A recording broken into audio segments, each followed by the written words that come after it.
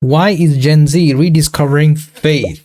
Let's watch it. So Gen Z is leading a surprising faith revival, as we saw earlier when Steve went to Houston to visit Gen Z America's largest church. Watch.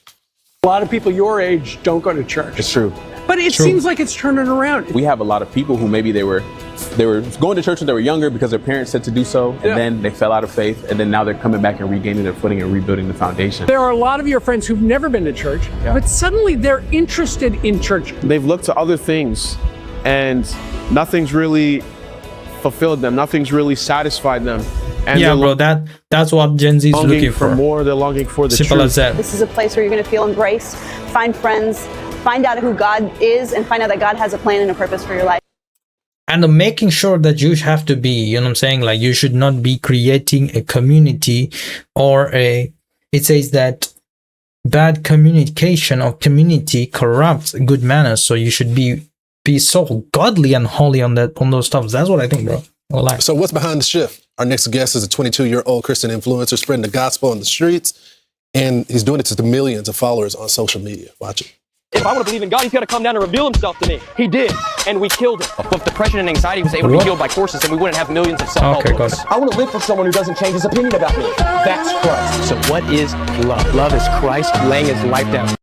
Oh, that's good. Bryce Crossford joins us now in studio. So Bryce, tell me a little bit about yourself. What made you decide that you were going to be a modern day apostle and go out there and talk with people about Christ? I mean, it was really just the love of God that God had for me. You know, I grew up in a Christian environment. I grew up in the South, grew up around church, but I developed depression and anxiety about around the 8th grade, battled it for years. And when I was 17, I planned on making an irrevocable decision with my life because I thought that was the only way to get the pain to go away. And the night I was going to make an irrevocable decision, Jesus supernaturally encountered me. And I prayed a prayer. I said, Jesus, if you're real, take away my anxiety and depression. And I haven't had it since that day. It's been over 5 years. And that was my foot in the door to giving my life to Jesus. And so ever since that day, because God loved me first, it's just compelled me to meet people where they're at. Why do you think more young people like yourself, they don't quite understand it, but they're now returning to faith from a curiosity standpoint?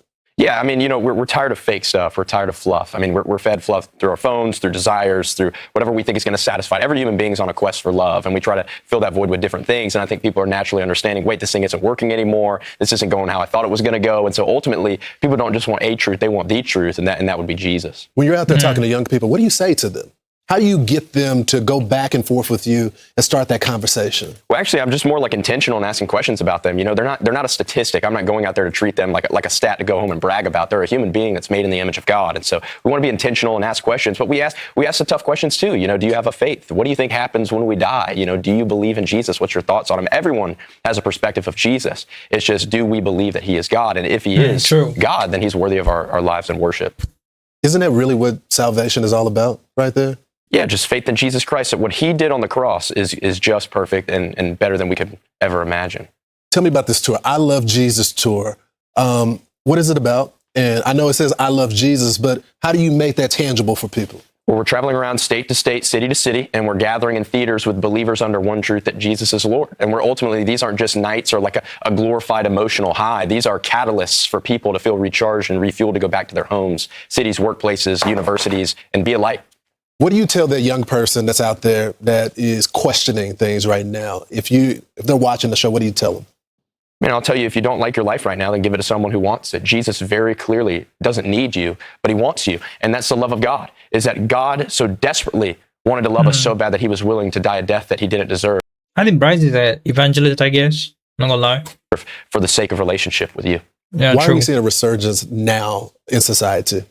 Well, because people are finally waking up to the truth that Jesus Christ is Lord, and he's the only thing that can satisfy us. I mean, we've lived for so many different things, different people, relationships, substances, different vices, and it doesn't fulfill us. And so people understand that we need something eternal and perfect that can sustain that. And Jesus is alive and active, and he's doing that in people's hearts who are hungry and ready to receive him. It's amazing. Amazing. I look forward to learning more about you. I think it's a great message for young people, and it's not stuffy. You don't have a sick suit on. You're just yourself. Thank you for joining us this morning. We really appreciate it. Thank you so much. All right, we got more Fox and Friends straight ahead.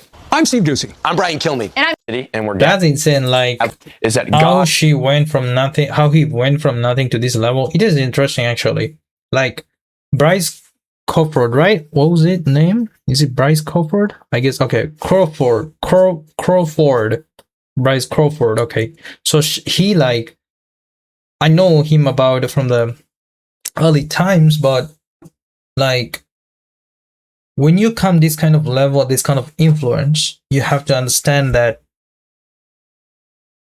the God's eyes is always on you from the beginning till the end, but that also tells you that the eyes of the Satan also in you, because if you do some impact in Christianity or in the midst of the people, then the attacks will increase.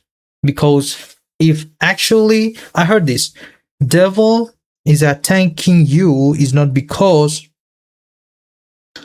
or like you are attacked is not because, it is not a sign that God is not there. It is a sign that devil has been seeing you as a threat to his kingdom. So if you become more like going the holiness way, and if you try to do that, like attacks will come 100%, and also the responsibilities too. So simple as that, bro. Like you have to be very careful when you're going on that platforms. It's very good. I'm very interesting on how the Bryce Crawford is gonna go. I'm actually supporting, like praying for him and praying for evangelists actually, because these are the people that carrying the gospel to people, you know what I'm saying? So yeah, praise God.